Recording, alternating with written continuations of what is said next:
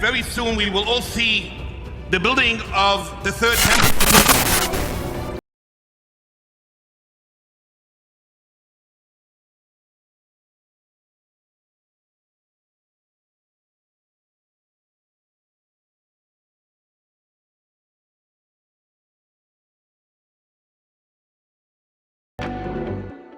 What if everything happening in Jerusalem right now is not coincidence, but the beginning of a sequence foretold thousands of years ago in the Bible?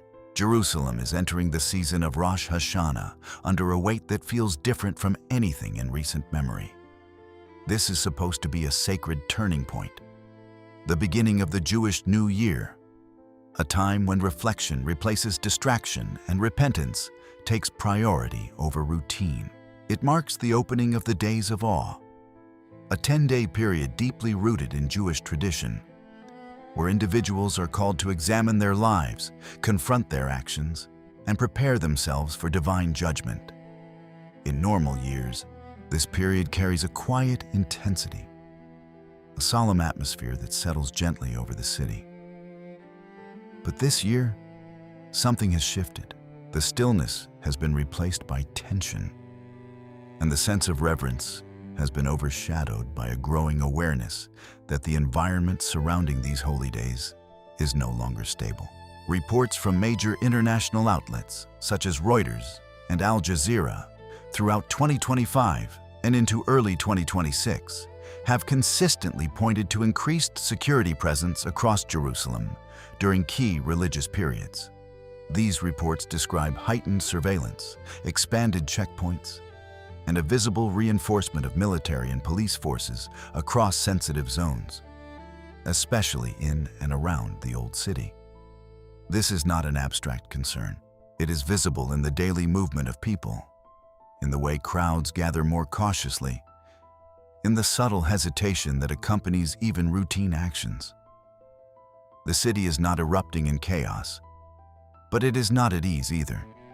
It feels contained, watched, and restrained, as though something beneath the surface is building pressure without release.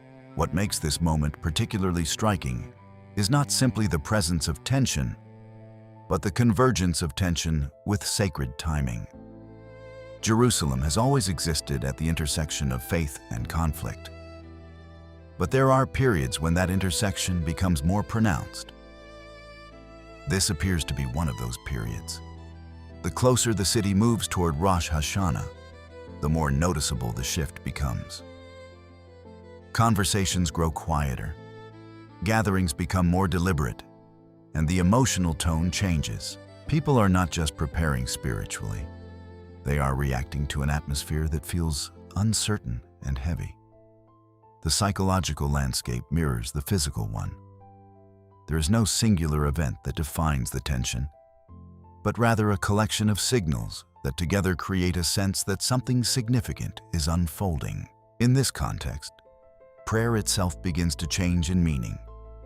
It is no longer just an act of devotion, but a response to perceived instability. Individuals approaching sacred sites are not only seeking forgiveness or renewal, they are seeking clarity, protection, and understanding. The act of prayer becomes collective, not only because many people are participating, but because they are responding to the same underlying unease. This shift transforms the nature of religious expression. It moves from routine observance into something more urgent, more concentrated, and more emotionally charged. This transformation aligns closely with the imagery found in the book of Joel, specifically in Joel 2:1, which calls for the sounding of a trumpet in Zion as a warning, urging all inhabitants of the land to tremble, because the day of the Lord is approaching.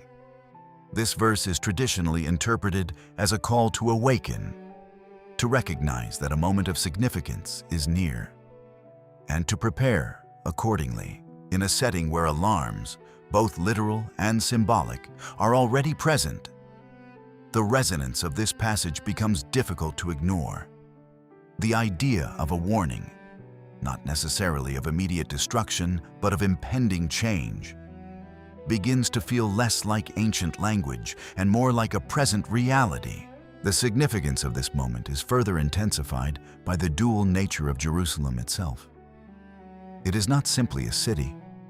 It is a place layered with history, prophecy, and expectation. Every event that occurs within it is filtered through that identity.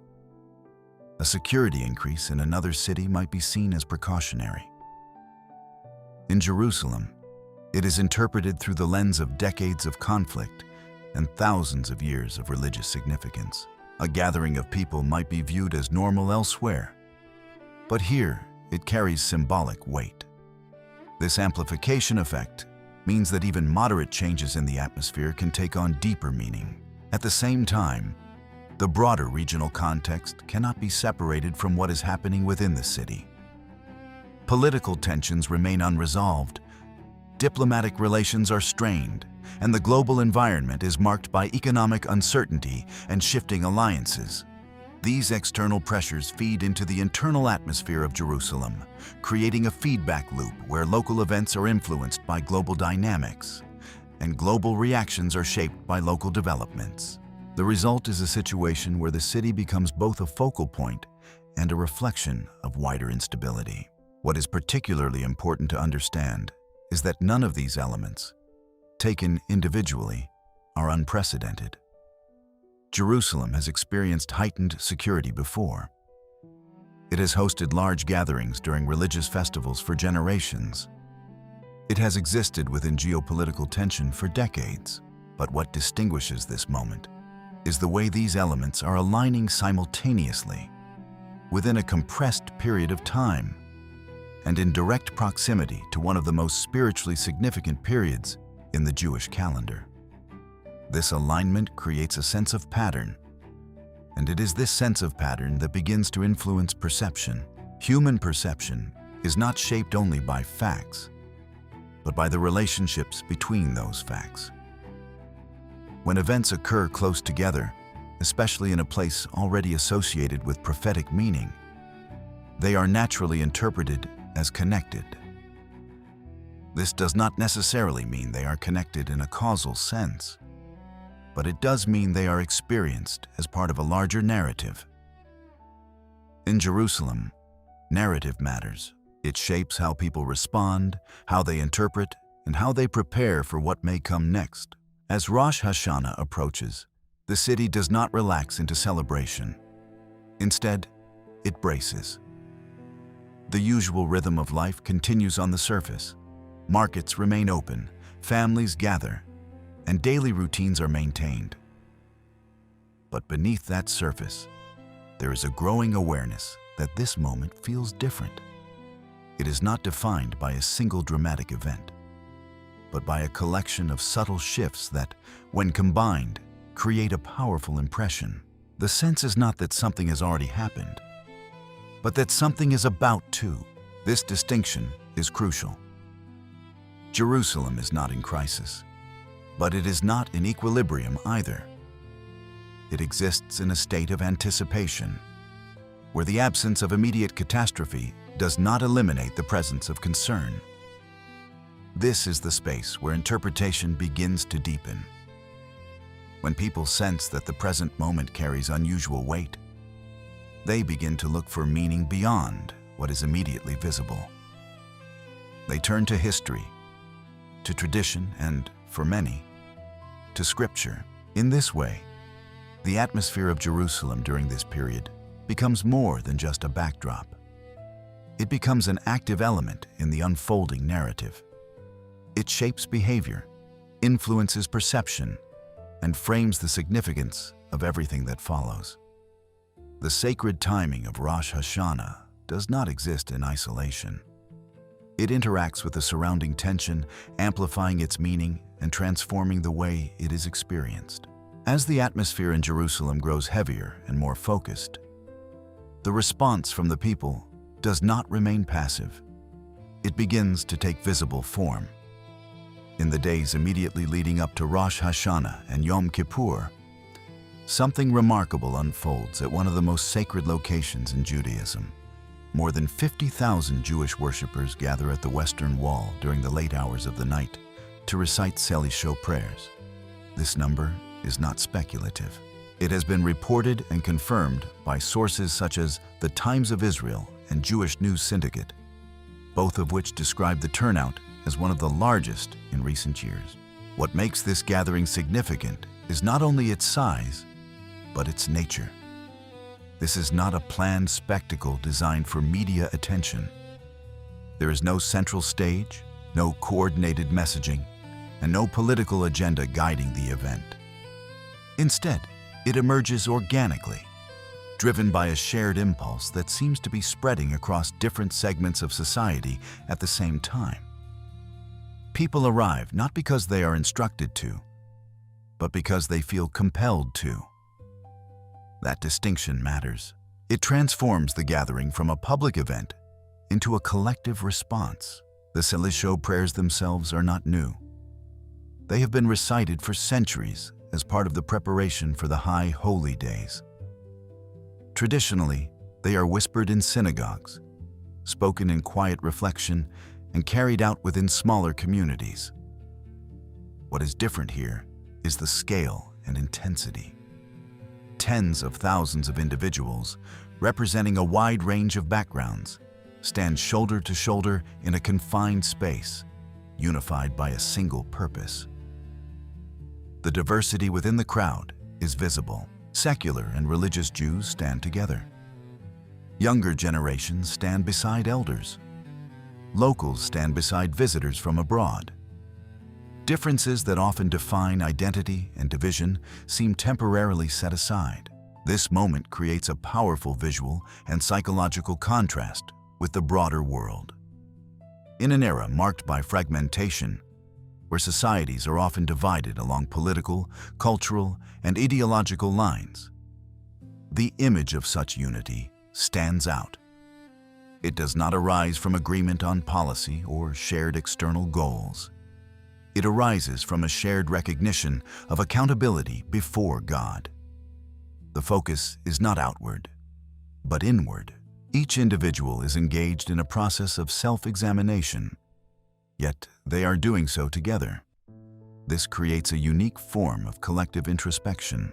The sound that emerges from this gathering reinforces its nature. It is not celebratory.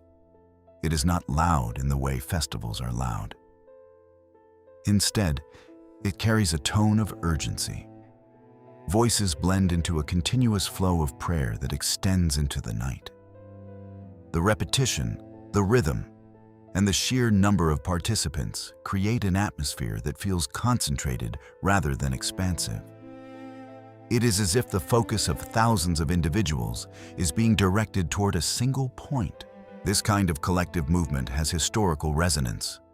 In the Hebrew Bible, there are multiple instances where the people of Israel gather in large numbers to repent together. One of the clearest examples appears in the book of Nehemiah, where the people assemble, confess their sins, and renew their commitment before God. In that account, the gathering is not initiated by external pressure, but by internal realization. The people recognize their condition and respond accordingly. The parallel here is not exact, but the similarity in structure is notable. A large group gathers voluntarily, engages in repentance, and does so in a unified manner. The symbolic weight of such a gathering increases when considered in the current context. This is not occurring in isolation. It is happening at a time when the city is already experiencing heightened tension, increased security, and a broader sense of uncertainty. The prayers do not exist apart from that environment. They are shaped by it, and in turn, they shape how the environment is perceived. When tens of thousands of people engage in repentance simultaneously, it sends a message not only to those present, but to observers around the world. That message is not easily reduced to a single interpretation. It does not declare a specific outcome or predict a defined event. Instead, it signals that a large number of people believe the moment they are living in carries significance. Whether that belief is based on spiritual conviction, emotional response, or a combination of both, it influences behavior. and behavior, when expressed collectively, becomes a visible indicator of underlying perception. As the nights of Selisho conclude and the city moves closer to the central days of Rosh Hashanah, the image of that gathering does not fade quickly. It remains in memory, reinforcing the sense that something unusual is taking place. It becomes part of the broader pattern that is forming, a pattern not defined by a single event, but by the accumulation of multiple developments occurring within a narrow time frame. At the same time that this large-scale spiritual response is unfolding, the physical environment of Jerusalem begins to display its own form of disruption. The shift is not dramatic in a catastrophic sense, but it is noticeable, and it occurs in a way that draws attention. Within the same period, the city experiences a series of weather events that exceed typical expectations for that time of year.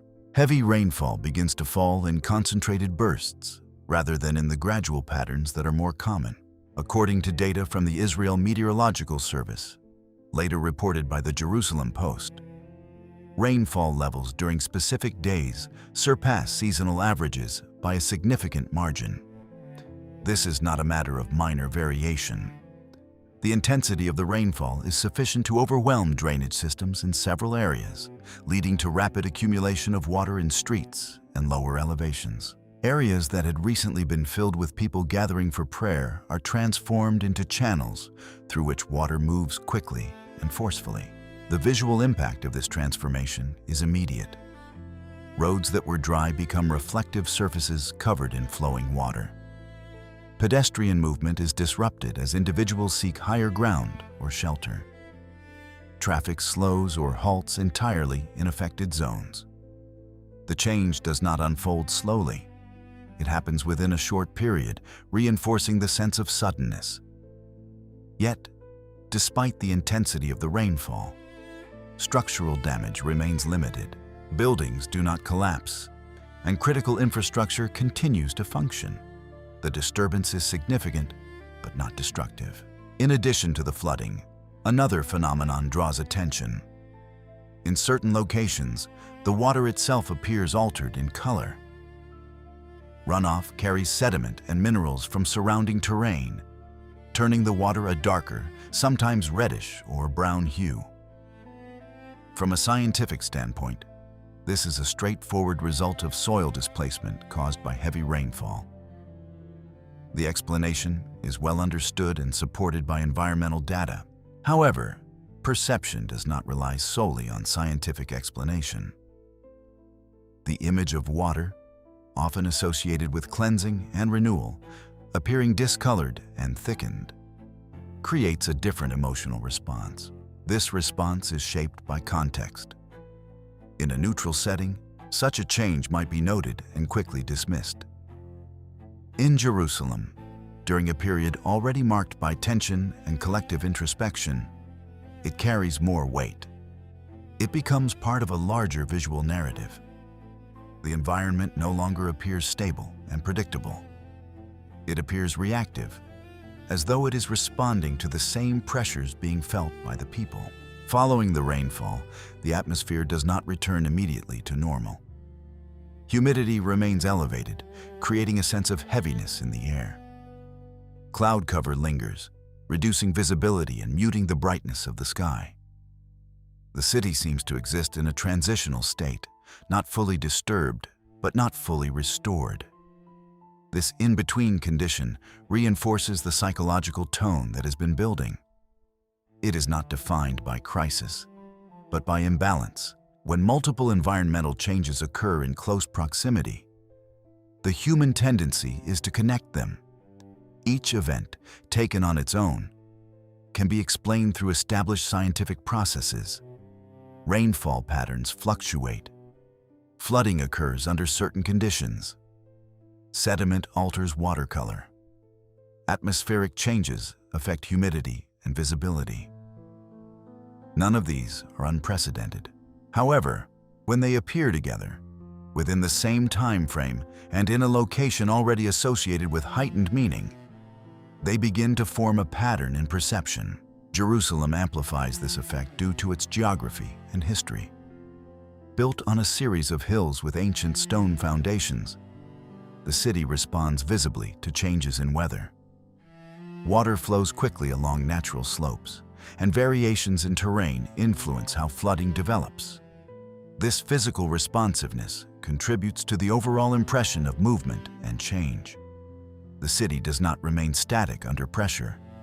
It reveals its dynamics. At this point, the distinction between isolated events and perceived patterns becomes critical. Objectively, the events may not be directly connected. Subjectively, they are experienced as part of a single unfolding sequence. This distinction influences how individuals interpret what is happening. It shapes the questions they ask and the conclusions they consider. The combination of large-scale collective prayer and unusual environmental activity creates a layered experience. One layer is spiritual, defined by repentance and introspection. Another is physical, defined by weather and environmental change. These layers do not cancel each other out. They interact, reinforcing the sense that the present moment is not ordinary. As the environmental disturbances settle into memory, and the collective response of prayer continues to shape the atmosphere of the city, another development begins to emerge, this time from beneath the surface. It does not arrive with visible destruction or dramatic headlines, but it is recorded with precision by monitoring systems designed to detect even the slightest movements of the Earth. Seismic activity is detected in the region surrounding the Dead Sea, an area long recognized by geologists as part of the active Dead Sea Transform fault system. According to data released by the United States Geological Survey, a series of light earthquakes occur, with magnitudes around 3.7 on the Richter scale. These tremors are not strong enough to cause structural damage, but they are strong enough to be felt by residents in nearby areas. The physical experience of such tremors is brief but distinct. Hanging objects sway slightly, windows produce faint, rattling sounds, and the ground itself seems to shift just enough to disrupt the sense of stability people take for granted. The duration is measured in seconds, yet the impression lasts longer. Scientifically, these events fall well within expected patterns for a region situated along a major tectonic boundary.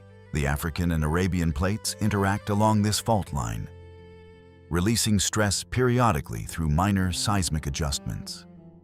From a geological perspective, such activity is not only normal but, in some cases, even beneficial, as it can reduce the likelihood of larger, more destructive earthquakes in the short term.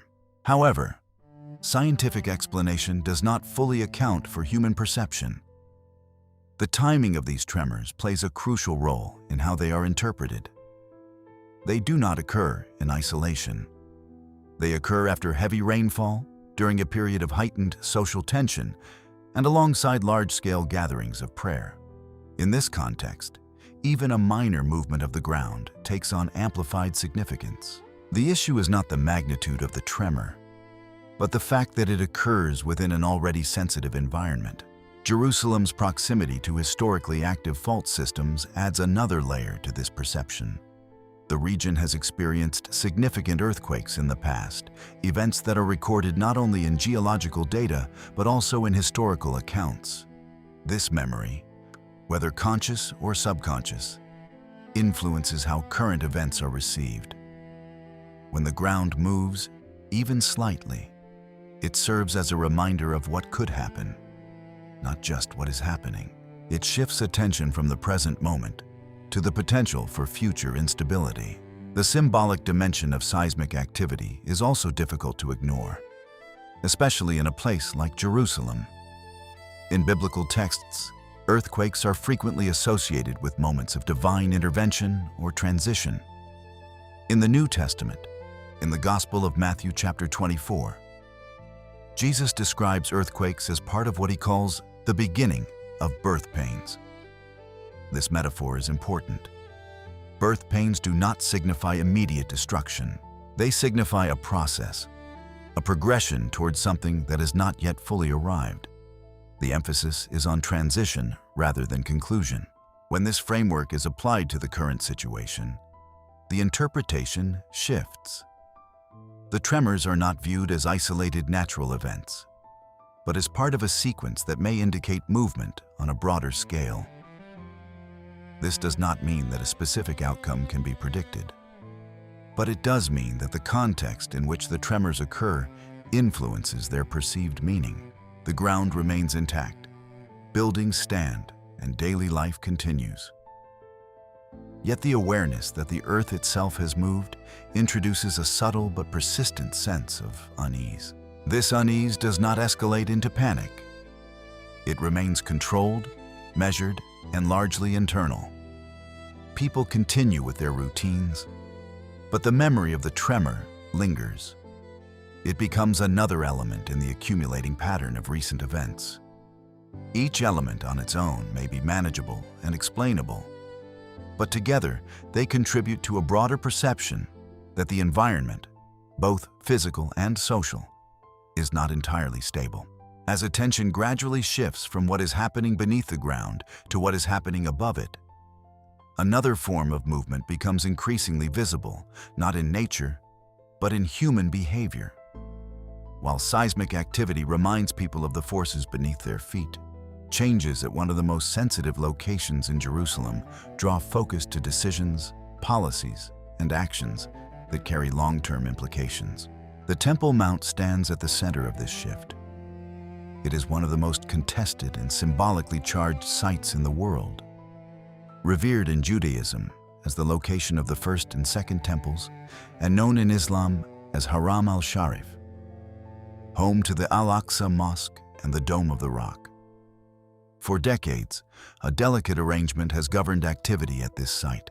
Under this status quo, Muslim worship is permitted freely, while Jewish visitors are allowed to enter during specific hours but are generally restricted from conducting formal prayer.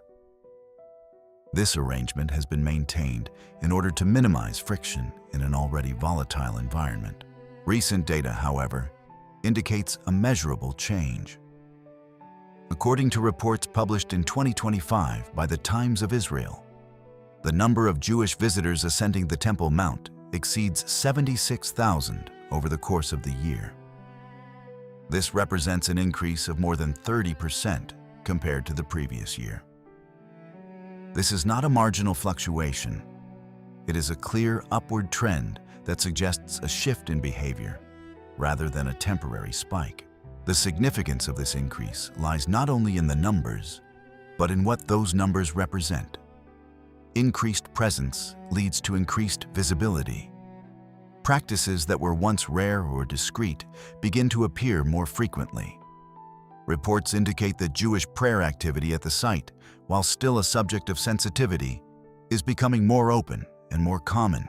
This does not necessarily reflect a formal policy change, but it does indicate a shift in how existing policies are interpreted and applied. Statements from political leadership reinforce this perception. Israeli Prime Minister Benjamin Netanyahu publicly acknowledges that Jewish prayer is being allowed at the site, a statement reported by organizations such as Reuters and The Guardian. While officials continue to assert that the official status quo remains unchanged, the reality on the ground suggests a gradual evolution. There is no single decision that marks a turning point. Instead, there is a series of smaller adjustments that, over time, begin to alter the overall dynamic. This type of incremental change is particularly significant in a location like the Temple Mount. Because of its sensitivity, even minor shifts can have broader implications. The site has historically served as a focal point for regional tension, and changes in access or practice are closely monitored, not only locally, but internationally. The increase in Jewish presence and the apparent normalization of certain activities introduce a new layer of complexity into an already fragile equilibrium. From a social perspective, the trend reflects growing religious engagement among segments of the Jewish population. For many, ascending the Temple Mount carries deep theological meaning, connected to identity, heritage, and long-standing expectations rooted in Scripture. For others, it raises concerns about coexistence, stability, and the potential for conflict. These differing perspectives exist simultaneously, contributing to a complex and often sensitive discourse. The convergence of increased participation, evolving practice, and political acknowledgement creates momentum. This momentum is not necessarily directed toward a specific outcome, but it does indicate movement. It suggests that what was once static is becoming dynamic. In a city where history, faith, and governance intersect so closely, such movement is rarely insignificant. As these developments continue, they do not replace the earlier events that have shaped the current atmosphere. Instead, they build upon them. The seismic tremors, the environmental disturbances, the large-scale gatherings of prayer, and now the measurable changes at the Temple Mount all contribute to a single, evolving context. Each element adds another layer to the overall picture, reinforcing the sense that multiple systems, natural, social, and spiritual, are shifting at the same time. As these measurable shifts in behavior and policy continue to unfold around the Temple Mount, attention begins to move beyond what is physically happening on the ground and toward what is being discussed more openly in public space.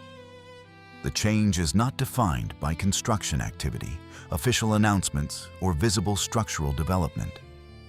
Instead, it is defined by the re-emergence of an idea that has existed for centuries, but is now gaining renewed visibility and momentum. The concept of building a third temple, long embedded in Jewish theology, begins to appear with increasing frequency in media coverage, political commentary, and public discourse. This shift does not occur in isolation. It develops directly out of the patterns that have already been established, including increased religious engagement, evolving practices at the Temple Mount, and heightened sensitivity surrounding the site. The idea of a third temple is not new. It has been part of Jewish religious expectation for generations, connected to the belief in a future restoration that includes the coming of the Messiah and the re-establishment of a central place of worship. For many within religious communities, it represents fulfillment rather than speculation. However, what distinguishes the current moment is not the existence of the idea, but the context in which it is resurfacing. Discussions that were once limited to theological study or small circles of religious scholars are now appearing in mainstream conversations.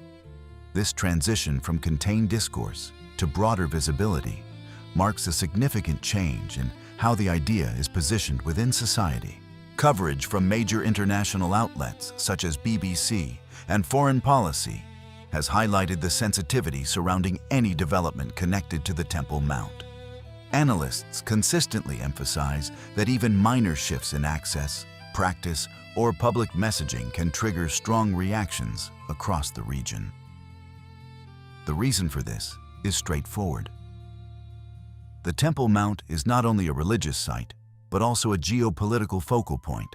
It holds significance for multiple faiths, and any perceived change in its status has implications that extend beyond local boundaries. The reappearance of Third Temple discussions within this environment introduces a new layer of complexity. It does not immediately alter physical reality, but it changes the narrative framework through which events are interpreted. When an idea begins to circulate more widely, it influences how people understand current developments and how they anticipate future possibilities. This process is gradual but cumulative. Each mention, each analysis, and each public statement contributes to a growing awareness that the concept is no longer distant or theoretical in the same way it once was. It is important to recognize that, at present, there are no official building permits, no construction plans in motion, and no physical alterations being made to initiate such a project. Israeli authorities continue to emphasize stability and maintain that existing arrangements remain in place. This distinction matters because it separates speculation from action. However, the absence of construction does not eliminate the significance of the discussion itself.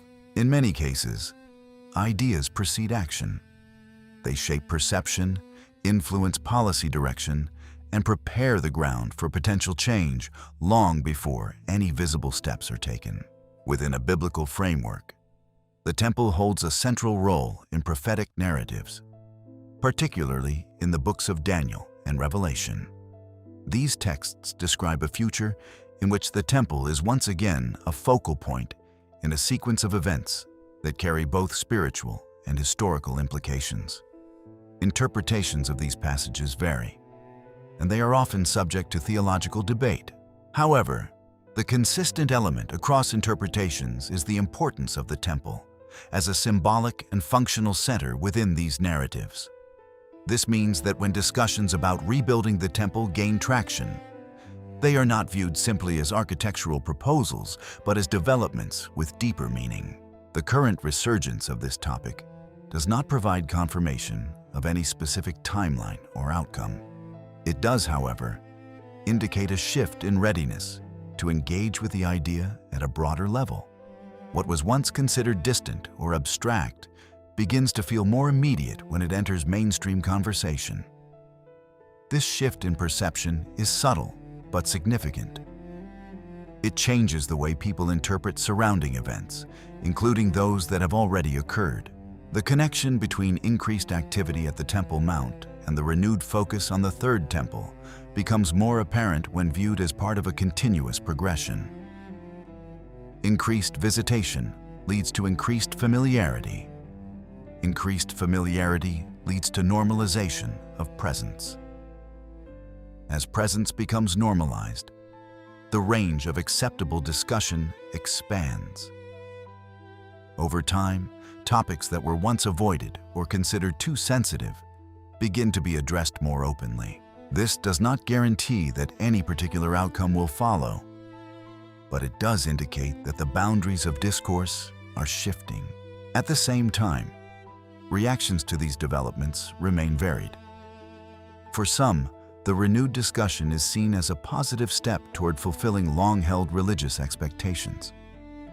For others, particularly within the Muslim world, it raises serious concerns about the future of a site that is central to Islamic faith and identity. These differing perspectives contribute to an environment where even the discussion of certain ideas can generate tension. This is why analysts continue to monitor the situation closely. The issue is not limited to local interest. It carries regional and global implications. The role of media in this process cannot be overlooked. As coverage increases, the visibility of the topic expands. Articles, interviews, and expert analyses introduce the idea to wider audiences, many of whom may not have previously engaged with it. This dissemination of information contributes to the acceleration of awareness. It also shapes the way the topic is framed. Depending on how it is presented, it can be interpreted as a religious aspiration, a political strategy, or a potential source of conflict. What emerges from this dynamic is a situation where perception begins to play a central role. The physical reality remains unchanged in terms of construction, but the conceptual landscape is evolving. People are thinking about the possibility in new ways. They are discussing it more openly, considering its implications more seriously, and integrating it into their understanding of current events. This shift does not occur overnight. It builds gradually, influenced by multiple factors that reinforce one another.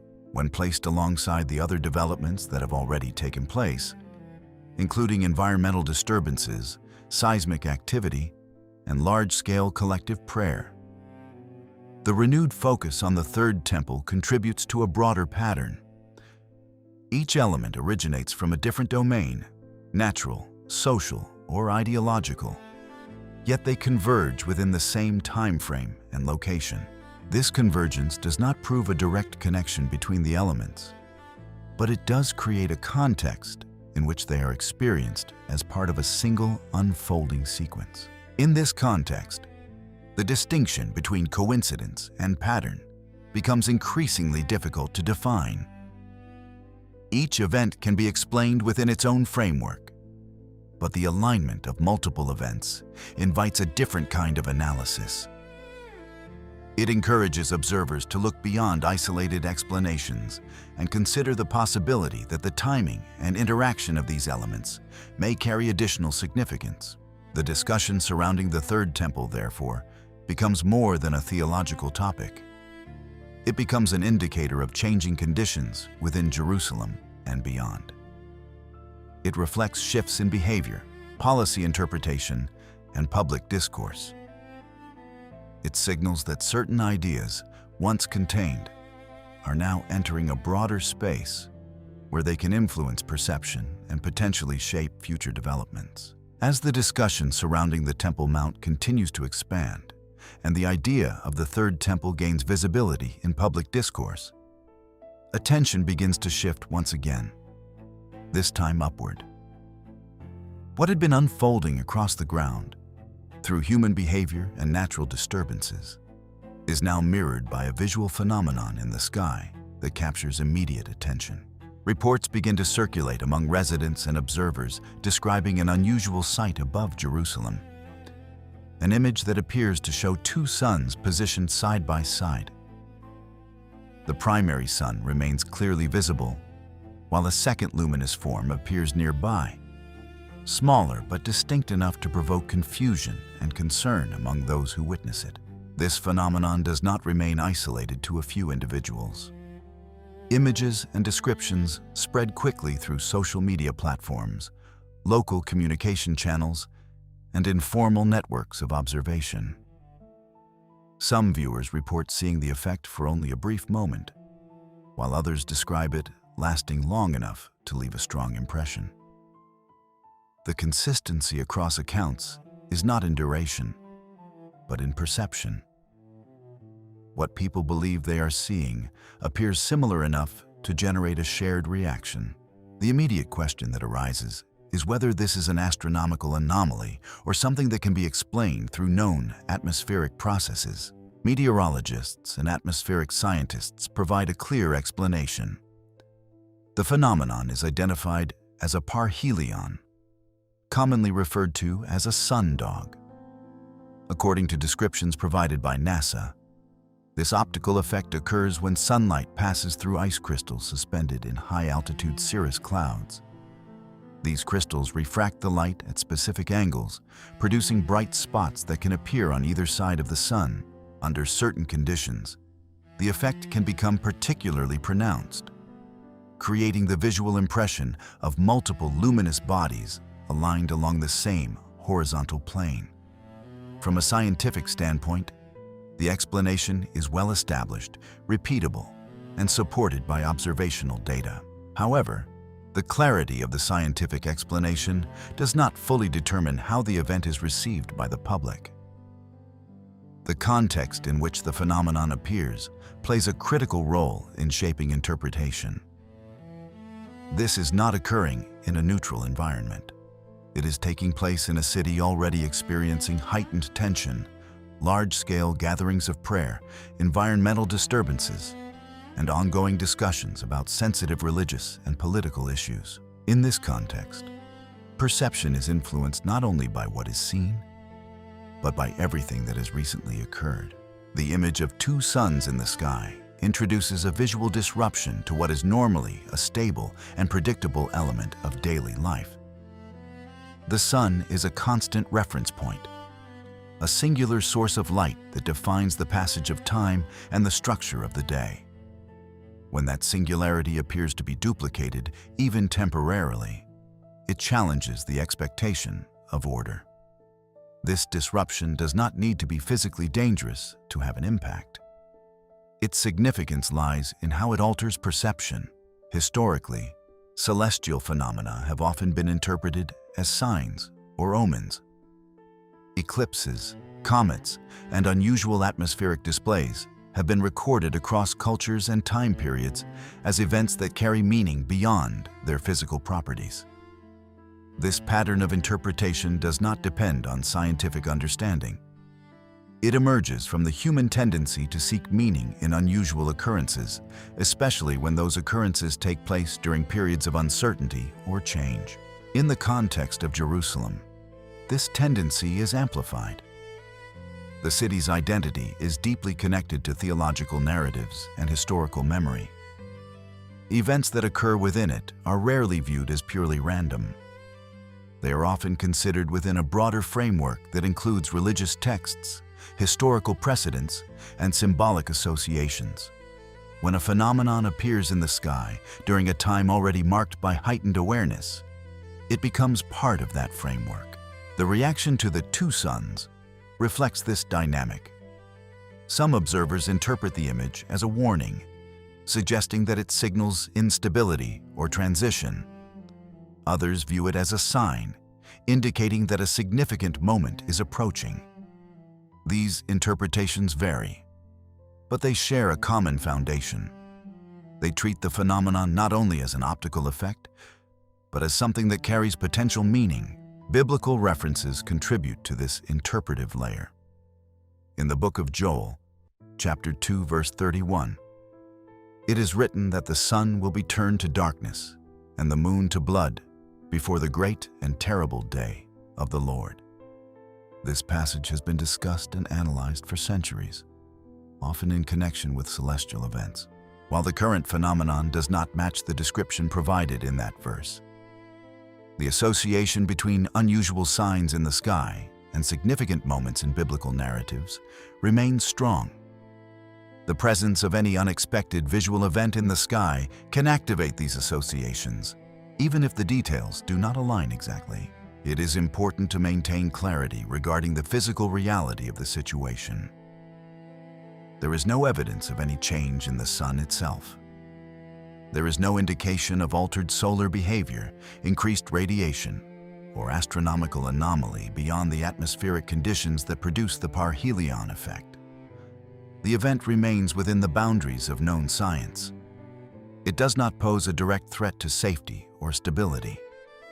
This distinction ensures that interpretation does not replace fact. At the same time, the psychological and symbolic impact cannot be dismissed.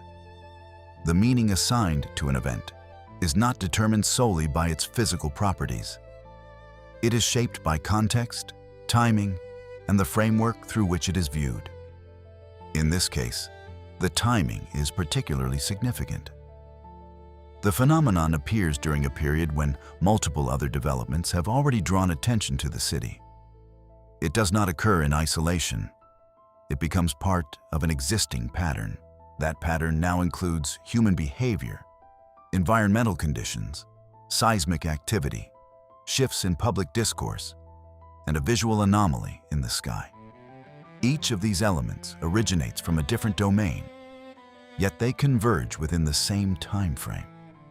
This convergence does not establish causation, but it does influence perception.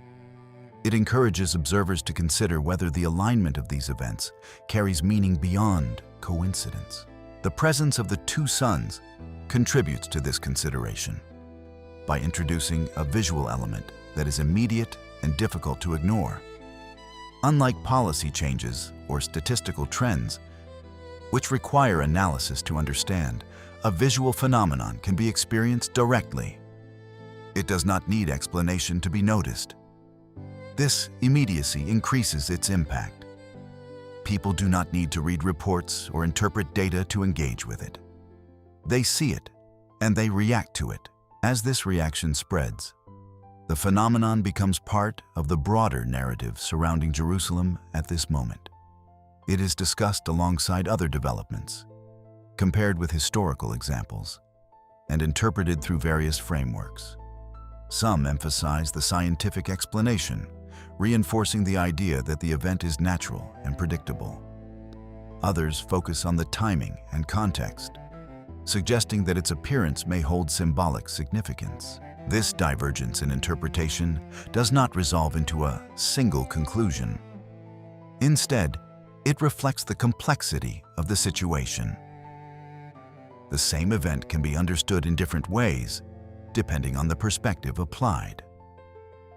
What remains consistent is that the phenomenon adds another layer to the overall pattern that has been forming.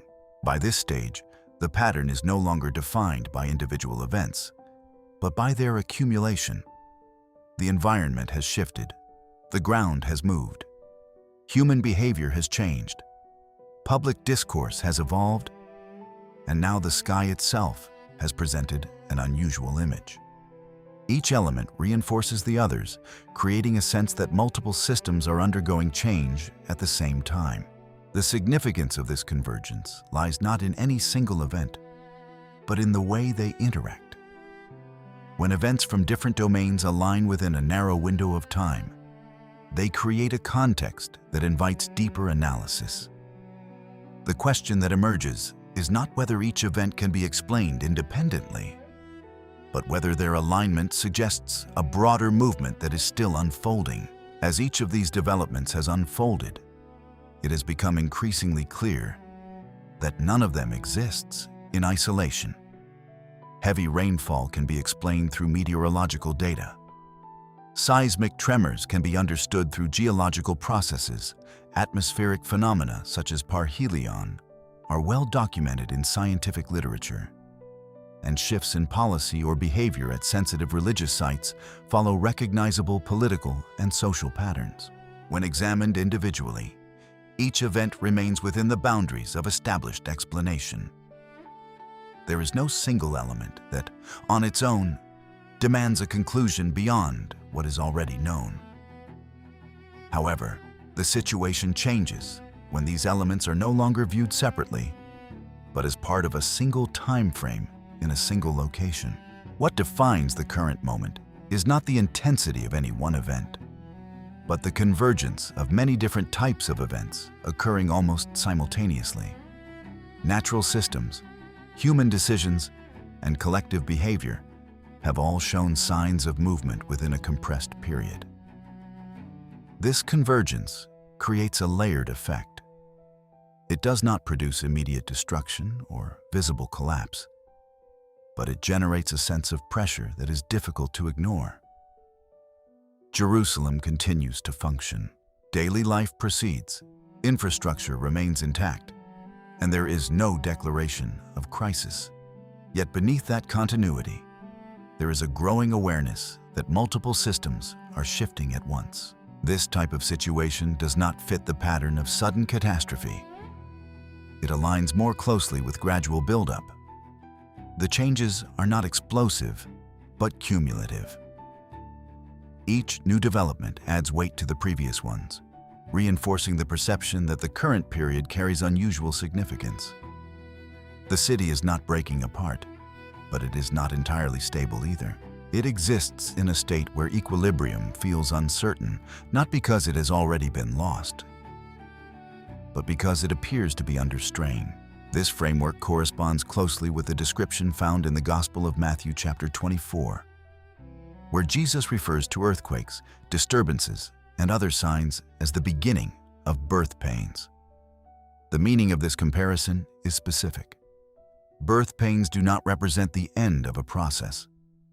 They represent the beginning of a transition that intensifies over time. The emphasis is on progression rather than conclusion. When this concept is applied to the present situation, it provides a way to interpret the convergence of events without assuming immediate finality. It suggests that what is being observed may not be the climax of change, but the early stage of a sequence that develops gradually.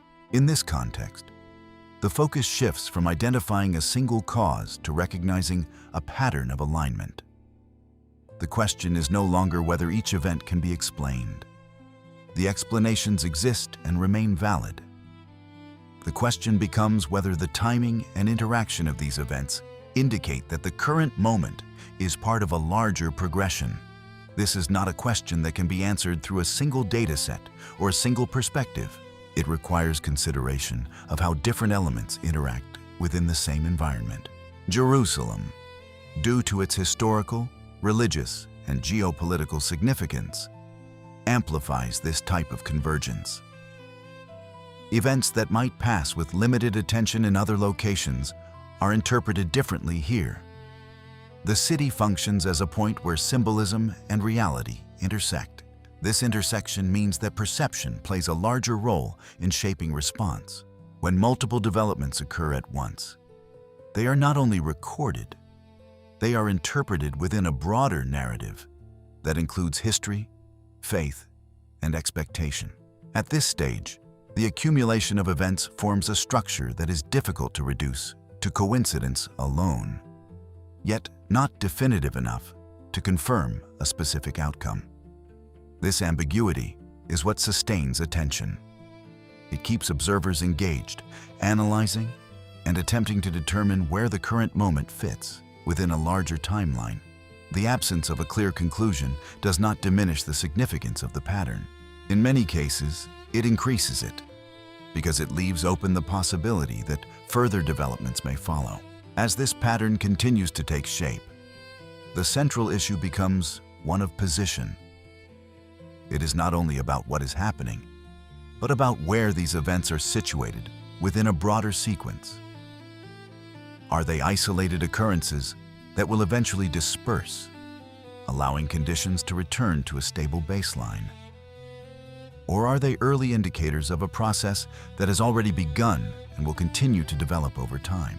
This distinction is critical because it influences how future events will be interpreted. With all of these elements now in place, the situation reaches a point where observation naturally leads to reflection. The information is available, the events have been recorded, and the pattern has been outlined. What remains is the interpretation. If each of these developments can be explained individually, why have they all appeared within the same time frame, in the same location, and under the same conditions? Is this alignment simply the result of overlapping natural and social cycles? Or does it indicate that something more structured is beginning to unfold? Are we witnessing a period that will stabilize and pass without lasting consequence?